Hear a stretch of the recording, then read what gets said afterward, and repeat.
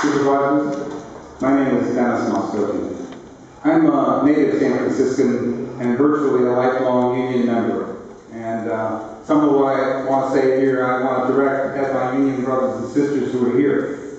I am a retired pressman out of the San Francisco Chronicle and spent 35 years in printing trades. I only say this because I think that in the course of this campaign, the management of RPT has attempted to both manipulate the SEIU members and to try and pit SEIU against the community, and they haven't been successful, and pit the community and the gardeners, that's the laborers union 261, against each other, because the way this has been presented, it sounds like that this fee is somehow critical for maintaining 3 gardeners in the Arboretum. That's not accurate at all. The day before, Rector Park presented its budget to the commission.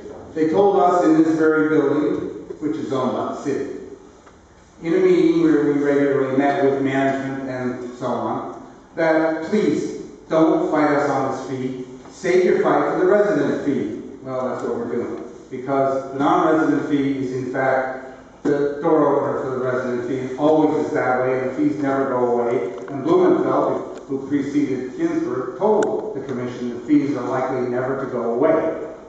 But this year what we have is this manipulation between community and workers. And the reality is that the real problem comes from the mayor and the mayor's priorities. It's in the budget, and the budget reflects a set of priorities that says, first and foremost, you take the cuts from the most vulnerable sections of San Francisco. And then, as one lady said, some of this will have to go to support children. So then what you do is you take money from all the retired folks and other people and young parents who come to the garden and make them pay, and then that money goes to pay the children. So what this really amounts to is moving money around inside the box, but never going after where we need to go after, which is we need to go after where the money is at with the corporations and wealth. And if we don't raise that kind of revenue in a progressive manner, we will never stop this process. Thank you.